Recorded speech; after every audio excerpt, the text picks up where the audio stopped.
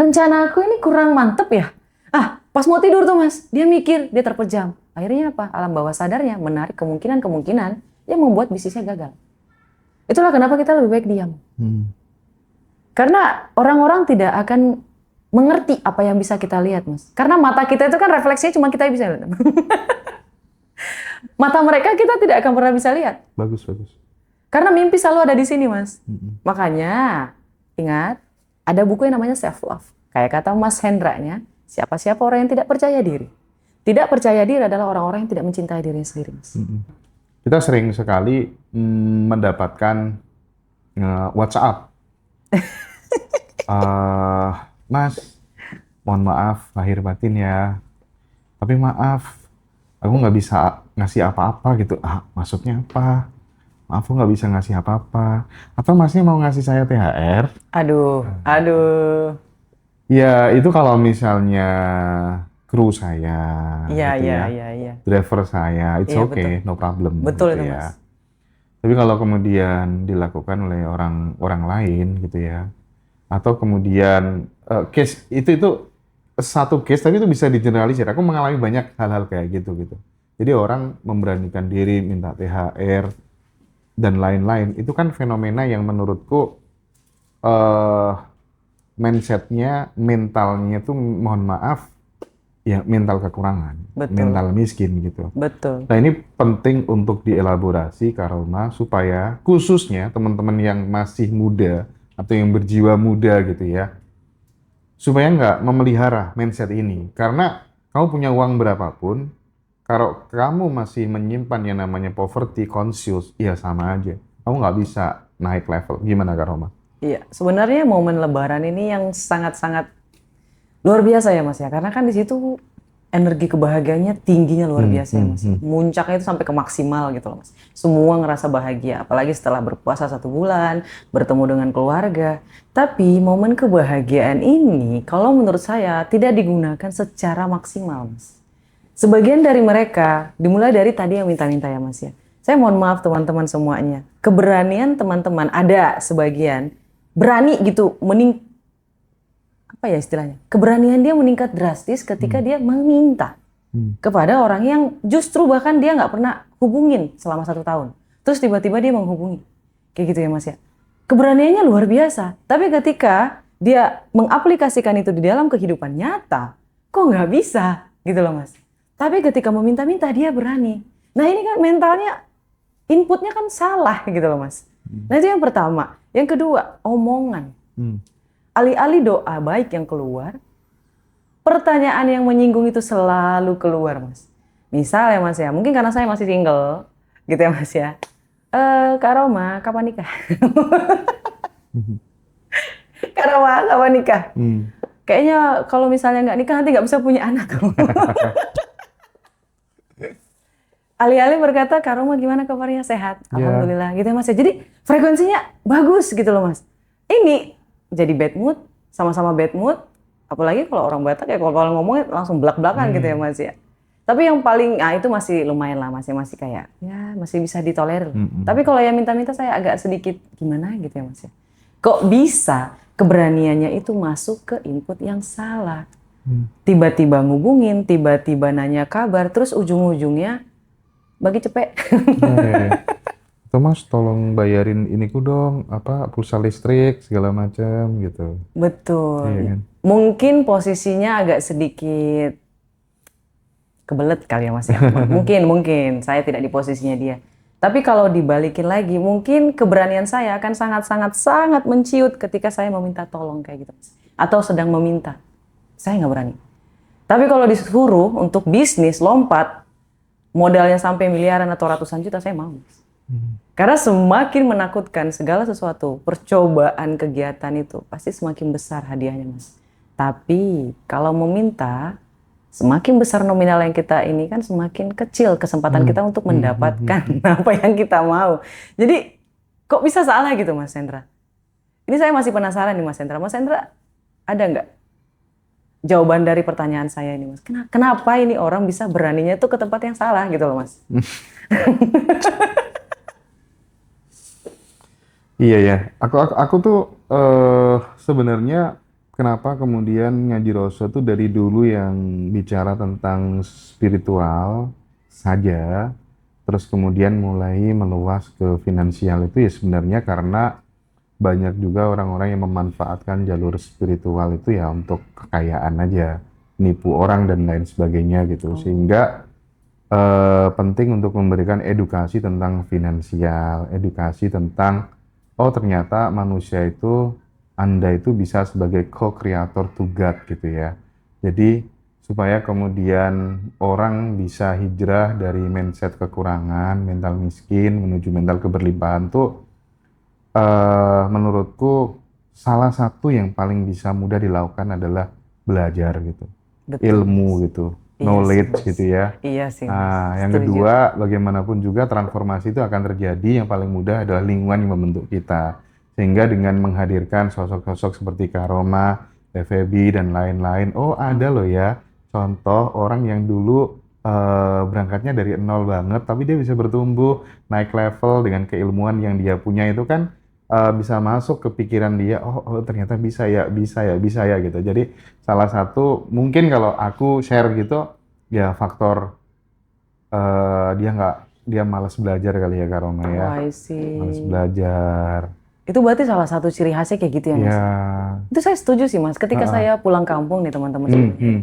Ada tuh, Mas, satu ciri yang selalu ada di orang yang, mohon maaf, ekonominya sedikit lebih kecil. Pertama, mental minta-minta. Ketika kita makan nih, Mas, pura-pura nggak tahu, pura-pura bingung, pura-pura gimana, biar kita yang traktir. Gitu loh, Mas. Itu satu. Itu nggak masalah. Kan rezekinya balik ke saya, Mas, ya. Iya. Mental minta-minta tadi. Yang mintain untuk anaknya tapi ke dia. Kayak gitu ya, Mas, ya. Yang ketiga, selalu ngomongin keluhan. Iya, pemerintah ini nggak bagus. Pemerintah ini kayak gini, pemerintah itu kayak gitu. Kita semua jadi sulit, ekonomi ini sulit. Bicara aja tentang ngeluh setiap hari, Mas. Terus ketika makan nih, Mas. Kalau mentor saya ya teman-teman ya, paling melarang mengeluhkan tentang makanan ketika kita lagi makan. Itu enak nggak enak, telan. Enak nggak enak, diam. Nanti pergi dari situ, kalau mau ngomel sendirian, nggak apa-apa. Gitu loh, Mas. Saya ngetraktir nih, Mas. Saya nggak nyalahin keluarga saya, Mas. Kayak kata Mas Hendra, memang kurang pengetahuan, mereka juga nggak pernah ikut seminar kayak gitu. Ketika makan, lama banget datang. Ini makanan yang nggak enak. Ini kayak gini, ini kayak gitu. Saya yang niat awalnya baik kayak gitu ya, Mas ya. Jadi saya bingung. Ini saya yang salah milih tempat, saya yang salah atau bagaimana ya. Jadi energinya itu jadi gimana gitu loh, Mas. Oke, saya bingung, itu ciri khasnya satu, Mas. Ngeluh, minta, merasa kekurangan. Kalau teman-teman masih memiliki ciri-ciri ini, aduh, energi keberlimpahan itu akan sulit dijangkau. Ini nih seru nih, bakal panjang nih obrolan kita ini. Iya, Mas. Pengen kaya, tapi ngeluh terus gitu loh, Mas. Pengen kaya, tapi pengennya kayak gini terus. Gimana tuh, Mas? Jadi aku pernah dulu tuh nulis isi namanya The Power of Cocot. Cocot tuh kata-kata ya. Jadi orang Jawa bilangnya buruk gitu ya. Oke. Orang yang cerdas dia hanya akan berbicara, berkata, bercanda sesuatu yang ingin terjadi di dalam hidupnya. Yes. Ya kan? Dan itu tidak terjadi ke teman-teman yang memiliki mental miskin. Bawaannya katanya Kak Roma suka ngeluh dan lain sebagainya gitu. Makanya kan yang paling mudah dilakukan tuh sebenarnya di samping belajar ya, berteman dengan orang-orang yang ya levelnya lebih tinggi daripada kamu gitu. Atau lebih simpel lagi, saya berani garansi deh, khususnya teman-teman yang masih muda gitu. Asal punya uang lebih, pokoknya suka traktir teman gitu aja. Betul, Suka Mas. traktir, suka memudahkan urusan orang lain Betul, gitu Mas. ya. Berbuat baik secara random, secara acak. Sudahlah, jalan hidup tuh pasti akan mengikuti apa yang kita tabur gitu. Sesimpel itu sebenarnya. Kadang kita terlalu banyak beretorika, terlalu banyak teori dan lain sebagainya. Betul, Tapi Mas. kamu tidak men-train dirimu seolah-olah kamu tuh sudah berada di situ gitu. Iya, Jadi aku tuh ketemu banyak temen ya Kak Roma ya. betul, Mas. Temen yang bener-bener hidupnya a blessing. Itu tuh rata-rata mereka peduli kanan kiri, nggak tegaan, punya empati yang tinggi, suka berbagi, nggak suka ditraktir, tapi suka mentraktir. Senyumannya itu loh, Mas. Itu ciri khas banget, Mas. Kalau misalnya nggak suka, mereka diem. lalu bentar lagi senyum lagi. Kayak gitu. Itu satu ciri khas yang sangat-sangat jarang, Mas. Kalau misalnya dia udah punya ciri itu tinggal nunggu waktu. Iya, Kalau iya, iya. kekayaannya masih belum ada nih, Mas, itu tinggal nunggu waktu aja. Jadi kalau teman-teman pengen berkelimpahan nih, percuma ikut seminar, ikut ini, ikut itu. Kalau sedari awal fix mindset tentang kekurangan, keluhan, tidak ada rasa syukur, tidak ada rasa yakin, tidak ada tujuan, percuma kemanapun. Pasti jadi batu. Udah di situ aja, Mas. Gak akan berkembang. Makanya ikut ini kelas level up Masya Allah, tabarakallah. biar bisa hijrah dari fixed mindset ke growth mindset gitu ya. Betul, betul, Mas. Untuk pengaturan mental. Tapi kelasmu kemarin tuh gila loh ya. Kenapa, Mas? Itu tuh sampai tembus berapa ya? Berapa peserta ya? 130 apa 125 Oh, gitu, Mas. lebih ya. Lebih kayaknya deh. Lebih ya, Mas ya? Oh, Kayaknya Masya Allah, kok lebih tabarakallah. ya. Amin. Aduh, itu tuh mantap sekali teman-teman. Nanti tanggal 29 April teman-teman kalau ada yang mau join. Dan kelasnya Kak Roma tuh yang bikin beda tuh dapat buku gratis, sahabat. I'm the King ya. Iya, betul, Mas. Jadi Dapat. buku I Am the King itu tentang menyeting mentalnya. Jadi percuma dikasih ilmu sebanyak mungkin kalau gelasnya itu retak, gelasnya itu bocor. Jadi ketika buku itu sampai, ilmu yang sudah mereka dapat di dalam seminar itu akan di-setting ulang lagi di bukunya. Nanti di bukunya baca lagi gitu, Mas. Jadi ada orang beranggapan kalau baca bukunya berarti nggak usah ikut seminar Kak Roma. Enggak. Satu, aku bersyukur ya, Mas. Mungkin ini kekurangan aku sekaligus kelebihan aku. Kalau aku tuh tipikal orang yang selalu mengupgrade, Mas. Kemarin A, aku tambahin jadi A+. Kemarin A+, aku tambahin jadi A. Ya. Jadi apa yang kurang kemarin aku akan tambah. Itu beretika namanya. Iya, Mas. Karena saya berpikir ya, Mas ya. Tapi kekurangannya kayak gini, Mas. Yang kemarin ikut ke kelas saya nggak ikut lagi. Aduh, susah. Kayak gitu loh, Mas. Tapi kalau yang level up ini belum 3 kali. Saya ngitung tuh, Mas. Belum 3 kali. Nanti ketika udah 3 kali, teman-teman yang udah ikut 1, 2, 3 itu ikut lagi. Itu kelasnya diubah lagi, dinaikin lagi. Kayak gitu, Mas. Jadi apa ya, nggak stagnan di situ Oh aja. iya. Artinya kita bertumbuh terus secara knowledge ya. Yes, Mas. Siapa yang tahu, Mas, hari ini dompetnya belum ada apa-apanya. Iya. Ketika masuk kelas, naik lagi kan ilmunya beda lagi, Mas. Itulah kenapa semakin banyak belajar dari banyak guru kayak TVB itu kan naik terus, Mas. Iya. Apalagi kemarin ada ilmu Iya. terbaru ya, Mas ya. Ilmu kelayakan. Wah, Masya Allah, tabarakallah. Gini, aku menemukan sebuah fenomena baru di mana orang itu melakukan tekniknya sama persis gitu ya, mengcopy paste dari berbagai macam teknik-teknik manifestasi yang lain, tetapi mereka tetap stagnan. Yang menyebabkan itu stagnan karena self image-nya rendah gitu. Oh, I Jadi see. citra dirinya dia rendah. Jadi dia merasa kurang layak, harga dirinya dia rendah gitu. Self idealnya dia rendah gitu. Nah, kalau orang itu minimal punya self ideal yang tinggi gitu kan, pikiran, perasaannya, atensinya ke sana gitu kan, ketika self idealnya besar kan pasti akan melahirkan sebuah tindakan-tindakan yang besar pula gitu Masya ya. Allah. Amin. Nah, soal citra diri, soal harga diri gitu. Ada orang, itu tuh dia habis masuk penjara, tapi setelah keluar dari penjara, dia bisa membangun usahanya dengan sangat cepat. Aku melihat faktor utamanya adalah dia benar-benar merasa dirinya masih berharga, merasa dirinya bisa, ya kan? Dia percaya sama dirinya sendiri gitu ya, bukan orang yang pemalu dan merasa nggak layak gitu. Rata-rata di kampung aku ngamati, mereka yang level ekonominya naik adalah mereka yang percaya terhadap dirinya sendiri. Wow. Nah itu penting untuk dielaborasi. Kak Betul, Roma. Mas. Saya memang terlahir sebagai orang yang sangat percaya diri. Itu bukan bawa lahir, iya mungkin, tapi keluarga saya juga punya peran di situ, Mas. Karena bapak saya itu selalu ngomong kayak gini, Roma kamu tuh calon orang sukses. Oke. Bapak saya, mama saya, Roma kamu tuh nanti bakalan kayak gini, nggak boleh kayak gini. Jadi omongan itu selalu tentang kamu akan sukses kayak gitu loh, Mas. Jadi saya merasa bahwa oh saya akan sukses ya, tanda tanya gitu loh, Mas. Oh ya udah, akhirnya kepercayaan diri itu luar biasa, Mas. Tapi yang saya sangat sayangkan beberapa di antara mereka memang terlahir luar biasa pede, tapi dikelilingi oleh orang-orang yang menjatuhkan kayak gitu, Mas. Nah, untuk teman-teman yang punya keluarga yang seperti ini, saya minta maaf, kamu jangan menyalahkan diri lagi. Kenapa? Karena itu bukan salah kamu. Kamu adalah orang yang hebat, kamu hanya berada di lingkungan yang salah, itu satu.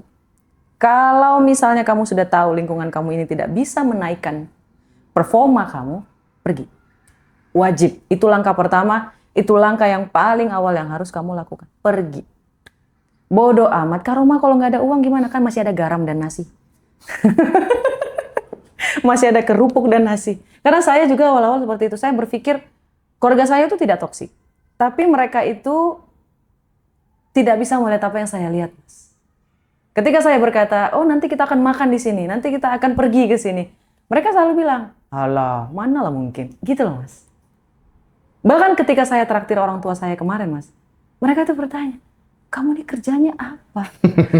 Kok bisa bayarin di sini gitu loh, Mas. Nah saya juga bingung, apakah berarti memang betul Mas ilmu sadar itu Mas. Yeah. Mereka tidak akan bisa melihat sesuatu ketika mereka tidak ada di posisi itu Mas. Itu sayang banget sih kalau teman-teman ini menganggap bahwa ini adalah ilmu halu. Enggak, ini adalah ilmu sadar.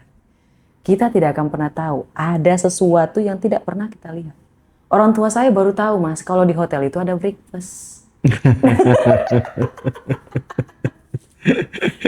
Baru tahu Mas. Orang tua saya baru tahu kalau ada mobil yang nggak bising kalau ditutup pintunya, Mas. Iya. Jadi, makanya ketika ada teman-teman yang komen, alah bacot gitu loh. Aduh ya Allah, seberapa susah hidup orang lain. Ada cerita yang relate ya.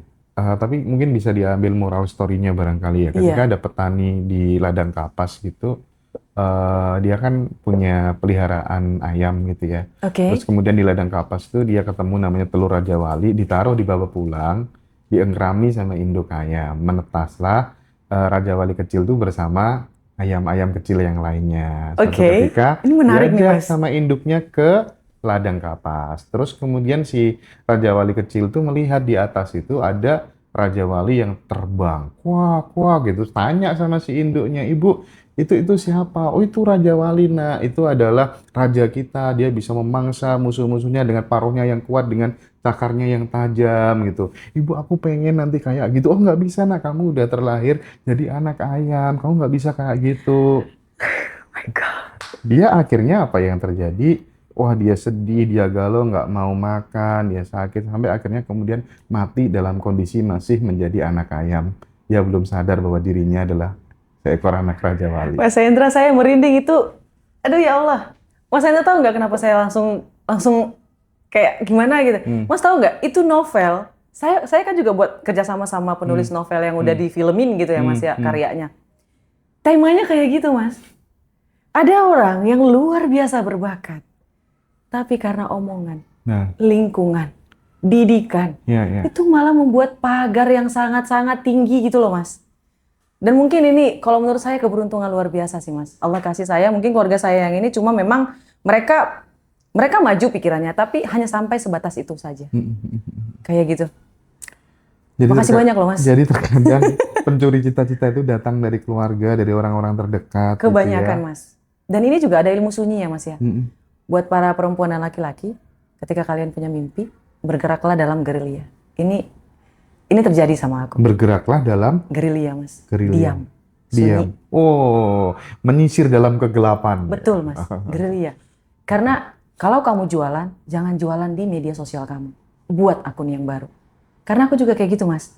Awal-awal aku buat akun tentang pembelajaran, diolok-olok Mas. Diolok-olok Mas. Dan saya bersyukur dia ngolok-ngolok saya Mas. Kalau dia nggak ngolok-ngolok saya nggak akan bikin akun baru. Jadi saya bikin akun baru, saya bergerak diam-diam Mas. Saya nggak pernah repost, saya nggak pernah upload, saya nggak pernah nunjukin, saya nggak, benar-benar diam. Keep silent. Buat kamu juga seperti itu. Buat laki-laki, buat perempuan, semuanya. Apapun bisnis kamu, diam. Ketika sudah berbuah pohonnya, baru ngomong. Baru kasih tahu ke orang lain. Kalau masih progres atau ide, diam. Karena, jujur aja, energi yang mereka keluarkan dari rasa tidak suka, dari keraguan, dari ketidakyakinan, itu tersampai ke kita Mas. Kayaknya iya. Iya Mas. Iya. Dan kalau misalnya nih, ada 2 titik di mana kita, alam bawah sadarnya itu bisa diubah Mas. Dicatat ulang, jauh lebih cepat daripada biasanya. Ketika bangun tidur dan ketika ingin tidur. Di podcast yang kemarin saya juga udah sampaikan. Dan yang paling krusial adalah ketika mau tidur. Ketika mau tidur, pikiran kita bekerja Mas. Bekerjanya itu mereka lebih menarik hal-hal yang kita pikirkan, rasakan, dan percayai. Dari kebayang nggak mas ketika pergi ketemu teman, kita cerita tentang mimpi kita, wah dibantai habis mas. Dibantai habis terus pas pulang, dia berpikir, emang mimpiku nggak bagus ya? Emang rencana aku ini kurang mantep ya? Pas mau tidur tuh mas, dia mikir, dia terpejam. Akhirnya apa? Alam bawah sadarnya menarik kemungkinan-kemungkinan yang membuat bisnisnya gagal. Itulah kenapa kita lebih baik diam. Karena orang-orang tidak akan mengerti apa yang bisa kita lihat, mas. Karena mata kita itu kan refleksinya cuma kita bisa lihat. Mata mereka kita tidak akan pernah bisa lihat. Bagus. Karena mimpi selalu ada di sini, mas. Makanya, ingat, ada buku yang namanya Self Love. Kayak kata Mas Hendra-nya, siapa-siapa orang yang tidak percaya diri. Tidak percaya diri adalah orang-orang yang tidak mencintai dirinya sendiri, mas. Ya, Iqra. Aku udah selesai buat bukunya, mas. Self Love e-book. Beli dari Ngaji Roso juga boleh. Oke, boleh teman-teman yang mau buku Self Love e-booknya Kak Roma. Betul. Nanti bisa pesan di admin. Sekaligus misalnya mas, aku nggak ikut kelas dulu, aku mau beli ayam The King dulu. Boleh, udah banyak yang beli teman-teman ya. Silahkan. Lanjut Kak Roma. Iya, untuk ada juga tentang 8 jurnal mengubah hidup. Itu banyak mas. Sip, bisa beli di Ngaji Roso ya? Bisa mas. 8 jurnal mengubah hidup itu, kenapa saya taruhnya tuh 8 jurnal mengubah hidup mas? Karena itu menyeting mental dari awal. Dari zero. Karena saya juga menggunakan itu untuk menggapai saya yang sekarang gitu loh mas. Tapi orang kebanyakan tuh skeptis gitu loh mas. Itu cuman teori doang. Yes, awalnya kan memang teori. Yeah. Setelahnya kamu praktek. Kalau kamu mau diajarin dari A sampai Z, kamu coaching. Dan Mas Hendra tahu, kalau coaching jauh lebih powerful ya. Iya. Karena vibrasi dapat dan lain sebagainya gitu. Dan Mas Feby mohon maaf. Kak Feby juga ada sistem coaching kan Mas ya? Oh iya, kita ada privat offline dan online gitu. Dan nanti bahkan di Jogja itu kita bikin Ngaji Roso Bootcamp tuh TVB sama Bosman Mardigu. Masya Allah, tabarakallah. Tuh, ikutan guys. Jadi kita pokoknya pengen teman-teman yang muda tuh biar nggak telat belajarnya gitu. Betul, ya. Mas. Kalau start dari muda kan lebih bagus, Kak Roma. Bagus, Mas. Ya. Bagus banget. Aku SMK kelas 2 tuh udah gila sama buku-buku motivasi. Masya Allah, Dale tabarakallah. Carnegie dan lain sebagainya kayak gitu. Tapi ada satu hal mungkin Kak Roma. Kan ada yang namanya mental korban. I see. Transisi dari mental korban menuju mental pencipta, bahwa oh ternyata pikiranku, perasaanku, lisanku tuh ternyata bisa toh membentuk sebuah realitas gitu. Co-creator to God gitu, pencipta kedua setelah Tuhan yang Maha Besar gitu. Oh ternyata bisa toh, itu kan nggak semua orang bisa. Nah, gimana nih transformasinya, harus apa aja nih konkretnya yang harus dilakukan pelan-pelan gitu Kak Roma? Sebelum saya kasih tahu caranya buat teman-teman untuk transformasi, perlu mengenal dulu mental korban itu seperti apa. Mental korban itu adalah 2 titik kalau menurut saya. Pertama, dia masokis. Masokis, Mas. Yeah. Kenapa? Karena dia selalu berkutat-kutat di perasaan, Mas. Dia selalu mengungkit tentang kesedihan, tentang betapa sakitnya menjadi dia. Dan perkataan yang paling mirip yang selalu mereka ucapkan, ya Mas ya, mau di dalam negeri, mau di luar negeri, pasti satu perkataan yang sama, Mas. Kamu nggak tahu rasanya jadi aku. Perkataannya selalu sama persis, Mas. Mau dari suku apapun, mau umur berapapun, mau dari bangsa manapun. Kalau kita kasih pendapat, Mas, perkataannya cuma satu. Kamu nggak tahu jadi aku. Kamu nggak tahu rasanya bagaimana perasaanku. Itu selalu perkataan yang sama, Mas. Dan itu mental masokis. Fokusnya pada masalah. Ingat, hukum semesta, apa yang kamu keluarkan dari energi kamu dan frekuensi yang sama akan selalu tarik-menarik. Dan energi yang dikeluarkan oleh mental korban ini, Mas Hendra, selalu energi negatif. Selalu merasa suka banget gitu loh Mas sama rasa sedih tuh, saya juga bingung. Kalau kita, mungkin Mas Hendra, saya, dan Mas Habib ya, itu fokusnya pada jalan keluar. Kalau ada masalah, oh ada masalah, oh apa yang bisa kita lakukan? Apa yang bisa kita lakukan? Kayak gitu Mas. Dan yang kedua, ini saya jadi lupa, kurang fokus. Yang pertama adalah dia masokis, yang kedua adalah dia pemalas, Mas. Mohon maaf, dia pemalas, Mas. Dia pemalas, dia malas untuk mikirkan masa depannya, dia merasa ya udahlah, Gak mungkin lah hidup aku bisa berubah. Iya. Setuju. Iya, kayak malas banget gitu berusaha Iya, gitu iya. Mas. Rasa malas ini timbul dari depresi Mas. Karena jujur teman-teman ya, jantung kita ini adalah sumber energi paling besar. Dan teman-teman, jantung ini tidak memompa, tapi dia berotasi. Dia berotasi Mas. Di dalam rotasinya itu, energi saling berputar-putar, berkumpul jadi satu Mas. Jadi kebayang nggak sih kalau perasaan kita negatif terus berputar-putar, akhirnya apa? Penyakit datang, stres datang, overthinking, anxiety, semuanya di situ. Akhirnya apa? Kamu jadi depresi. Depresi membuat kamu malas berkegiatan. Karena otak kamu merasa bahwa semuanya di muka bumi ini menyakiti kamu dan tidur adalah obatnya. Kebanyakan kayak gitu, Mas. Karena memang otak kita ini adalah sahabat kita, Mas. Ini bestie kita, Mas. Dan kalau kita tidak membuat dia mengarahkan ke hal-hal yang baik, itu tidak akan bisa, Mas. Karena selain bestie, otak kita ini menyeting, oh, ini orang dalam danger. Kayak sekolah aja, Mas. Sengaja kita dibuat sama otak kita tidak bisa bangun pagi, Mas. Karena dia tahu perasaan kita tidak menyenangkan ketika sekolah. Iya. Mas perhatiin deh, kalau kita mau liburan, kita nggak bisa tidur. Karena otak kita tahu kita lagi bahagia. Gak usah tidur, kamu excited. Iya. Itu pola, Mas. Dan ini adalah skill yang luar biasa. Sini, belajar. Berangkat sekolah berat hati, sampai sekolah senang hati. Iya. Pulang Berangkatnya itu, sekolah Mas. Pulang sekolah, malas. senang hati. Kalau saya malas, Mas. Harusnya kan berangkat sekolah itu kan senang hati gitu. Iya. Sampai Belajar sekolah senang hati gitu. Pulang senang hati. Sekolah berat hati harusnya. Oh kok sudah pulang sih? Karena sekolahnya full AC, internet kuat, Oh, I see. gurunya menginspirasi. Masya Allah, ya tabarakallah. Gitu toh. Itu juga saya senang, Mas. Nah makanya.